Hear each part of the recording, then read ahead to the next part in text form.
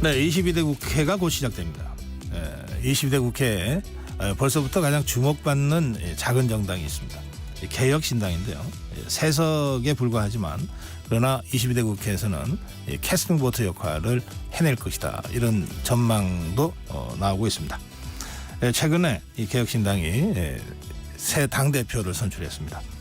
허은하 대표를 모시고 이 개혁신당의 앞으로의 행보 그리고 전국 현안에 대한 허은하 대표의 생각 좀 들어보겠습니다. 대표님 어서 오세요. 네, 안녕하세요. 네, 반갑습니다.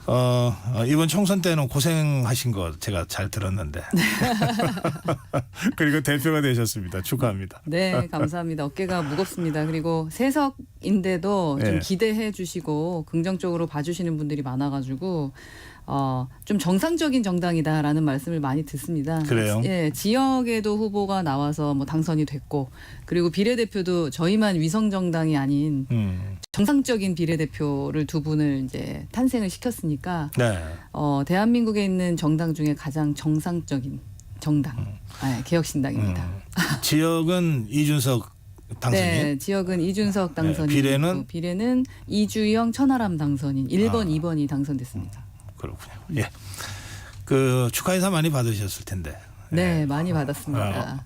어떤 인사가 기억에 남으세요?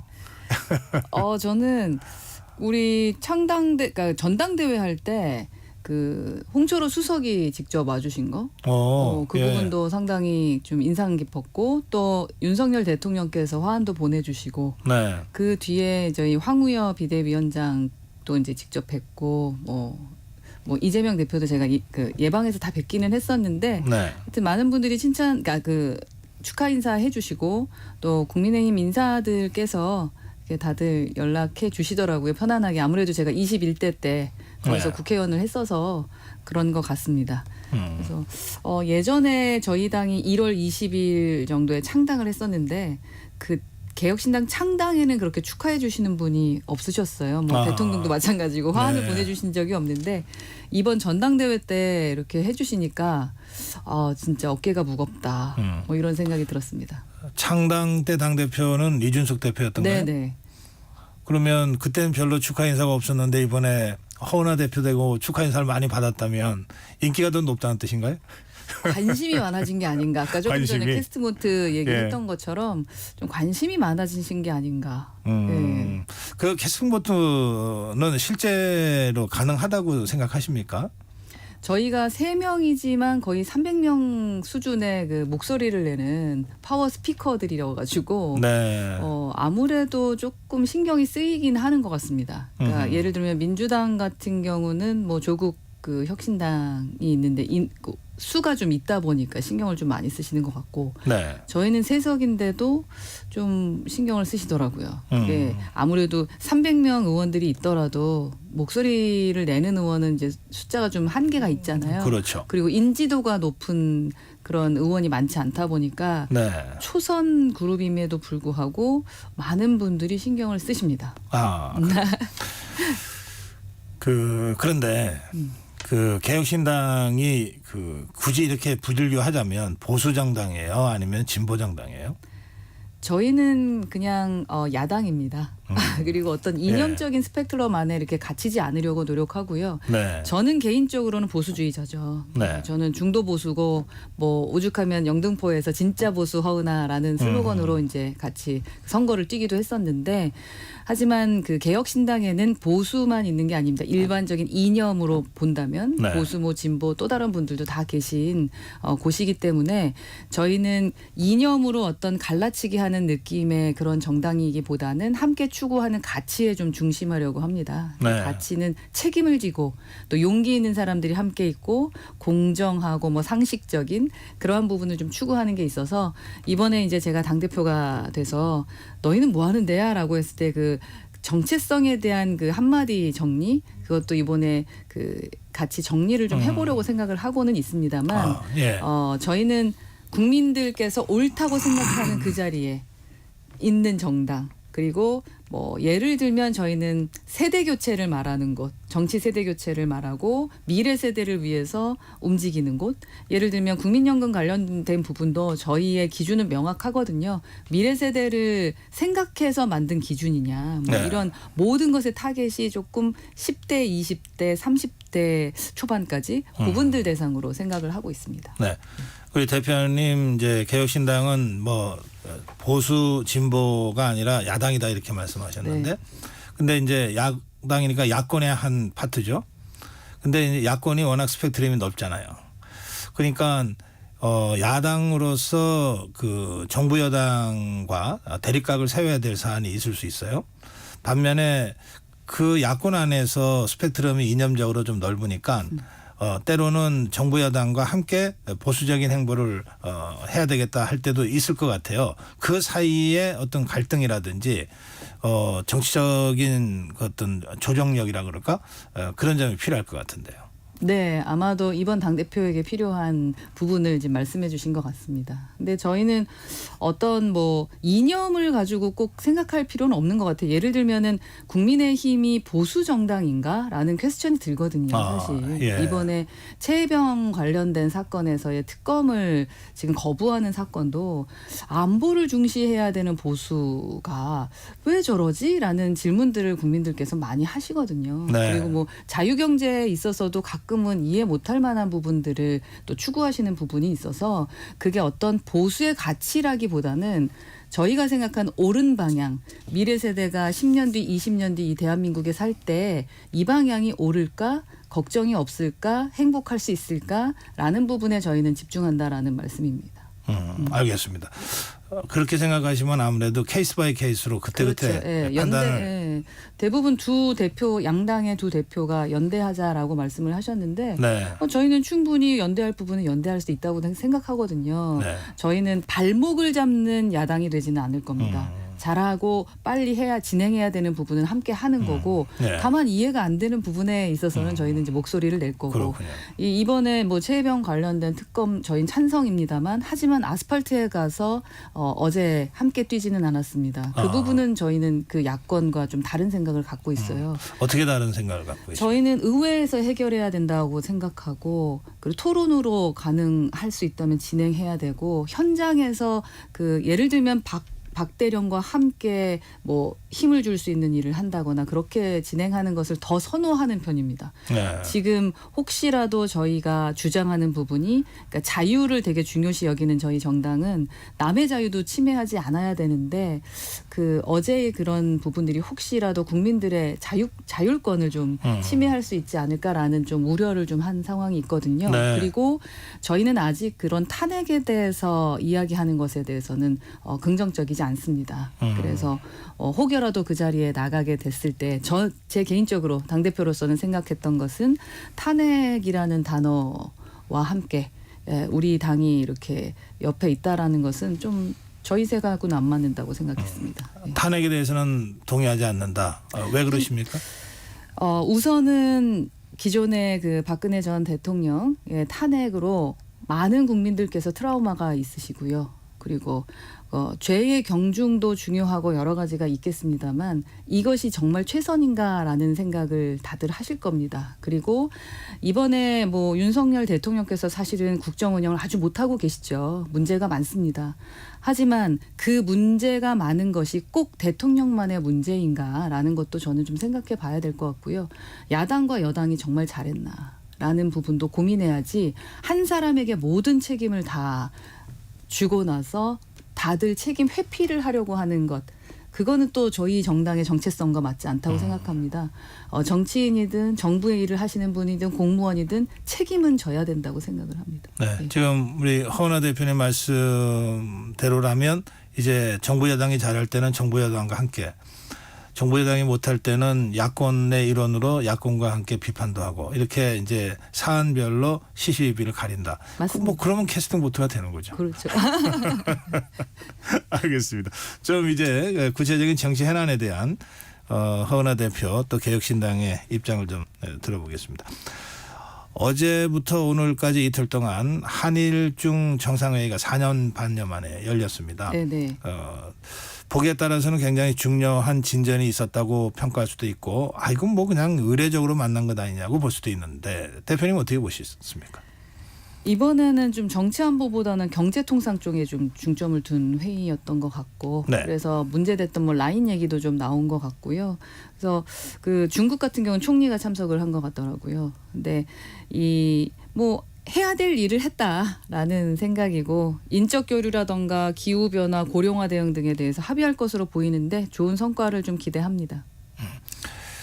만약에 한일중 상국이 그 한반도 비핵화 또는 북한의 핵 문제와 관련해서 공동 입장이 나온다면 그거는 상당한 진전이다 이렇게 평가할 수 있을까요? 네, 진전이죠. 그러나 뭐 아직 요번에는 그 얘기가 안 나오고 외교 회의가 공동 회견도 발표문 같은 것도 없었던 것 같아서 네. 조금 그 정치 외교적으로는 좀 냉랭한다는 것이 좀 사실인 것 같아서 지금 우리가 그런 것을 기대할 수 있나 뭐 이런 생각은 드는데, 우선 윤석열 정부에서는 외교 부분에 대해서는 그래도 좀 장점을 좀 갖고 있다고 생각을 해서요. 경제 부분이라도 제대로 좀 풀고, 우리가 고민하고 일본과 사실 라인 문제 가지고 고민이 많았잖아요. 근데 한번 좀 뒤로 물러난 것 같아요. 기시다 입장에서도. 예, 그래서 그 부분에 대해서는 저는 아주 뭐 좀 긍정적으로 봅니다. 그래서 서로 위에서 좀 해결해야 될 부분이 있으니까 이건 외교적 문제는 아닌 것 같다라고 또 우리 대통령도 얘기를 하셨던데, 네. 경제적으로 이제 자유경제답게 경제적으로 잘 풀 수 있도록 해주시는 역할을 해야 된다라고 생각합니다. 예. 우리 저 대표님 이 정치권 들어오기 전에 저 커뮤니케이션이나 또는 뭐 이런 쪽으로 쭉 활동해 오지 않으셨어요? 네, 브랜드 관련된 예. 이미지 전략했습니다. 그랬죠. 네. 벌써 그게 5년 전이네요. 윤석열 대통령도 총선 전후에서 그런 문제 제기를 많이 받았던 것 같고요. 어떻게든 변하려고 지금 막 애를 쓰는 것 같아요. 네. 그 출입 기자들하고 뭐 저녁 같이 먹으면서 직접 뭐 계란말이도 하고 그런 모습을 어떻게 보십니까? 전문가로서.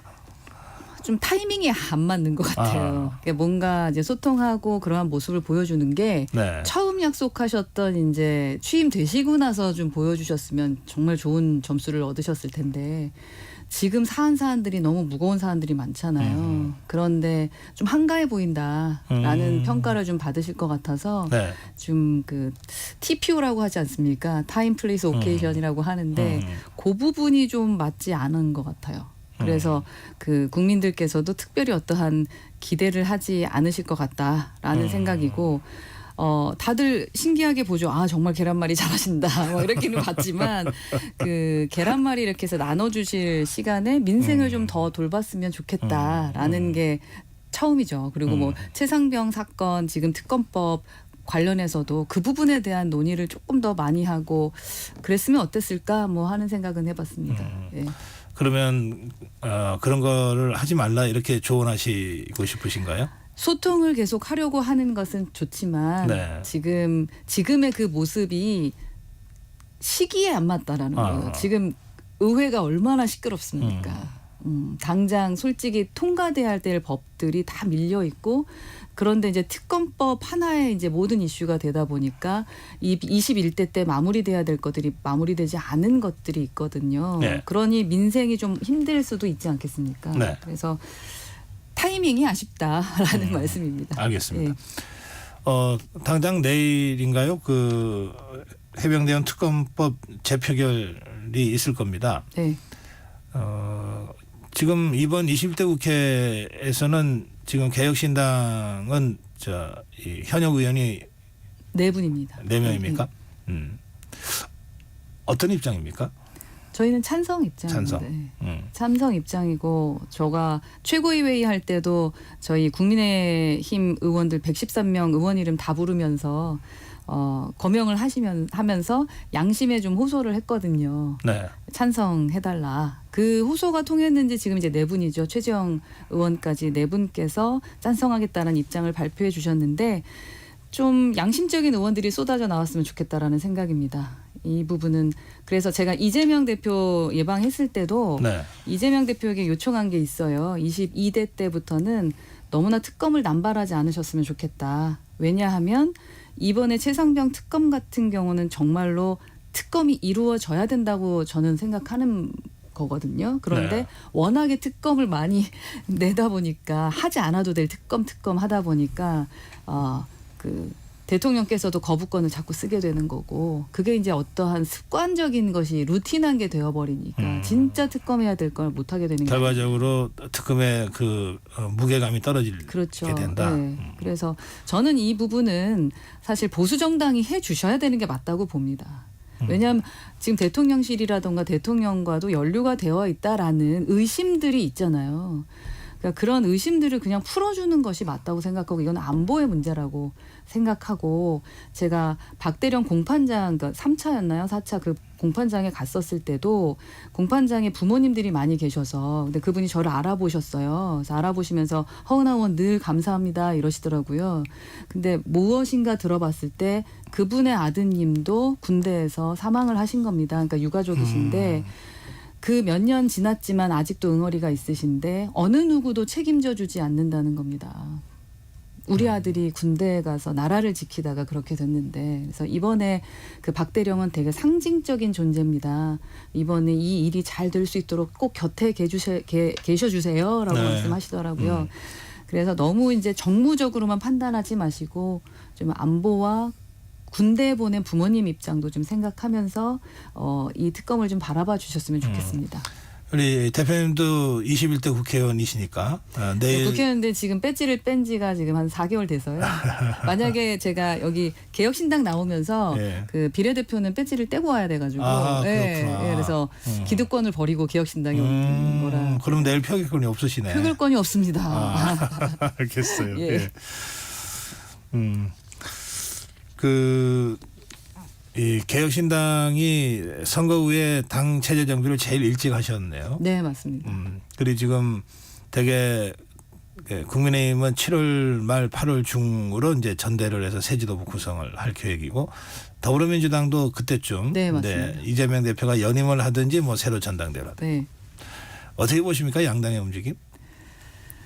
여유롭구나 뭐 이런 생각이고요. 아, 그래요? 저희 같은 경우는 지선 준비를 벌써 시작합니다. 그래서 오늘 예. 이제 조강특위 마련하고 이제 저희가 아직 당협이 없어서 당협위원장들 모집하기 시작하고 벌써 이틀 3일 일주일째 뛰고 있거든요. 그래서 큰 정당들은 뭐 차분히 준비하시면서 그러나 국민들은 기대하지 않는 것 같아요. 뭐 한 분은 연임한다고 하시고 또 국민의힘의 그 대표가 누가 나오는지에 대한 관심들이 그닥 많지 않으신 것 같거든요. 어차피 뭐 누구다라는 생각도 하시는 것 같고 어차피 변화되기 힘들어 보여라는 생각을 하시는 게 있는 것 같습니다. 실망을 좀 많이 하신 것 같아요. 사실 양당에 좀 경고장을 보내셨잖아요. 국민들께서. 그래서 저희는 우선 갈 길을 가자. 국민의힘에 대한 경고장은 뭐 그냥 설명을 안 하셔도 알겠는데 선거에서 압승을 했는데 더불어민주당에 대해서도 국민이 경고장을 보냈다고 지금 말씀하신 거잖아요. 어떤 뜻인가요? 조국혁신당에 그 많은 표를 주시고 그 많은 의원을 탄생시켰었던 것은 그 또한 경고라고 저는 생각합니다. 예, 그렇군요. 예. 예. 윤석열 정부는 너무 싫고 근데 이제 어떤 조국혁신당 비례였으니까 비례라도 이쪽을 뽑으면서 경고를 한 거죠. 그런 취지군요. 알겠습니다. 이제 이틀 3일 남았는데 그 연금 개혁을 이번 21대 국회 안에 마무리 짓자고 지금 하고 있잖아요. 더불어민주당과 또 김주평 국회의장이 이 문제는 어떻게 해야 된다고 보십니까? 연금 개혁은 빨리 마무리되는 게 좋죠. 하루하루 가면 갈수록 다 빚이니까요. 네.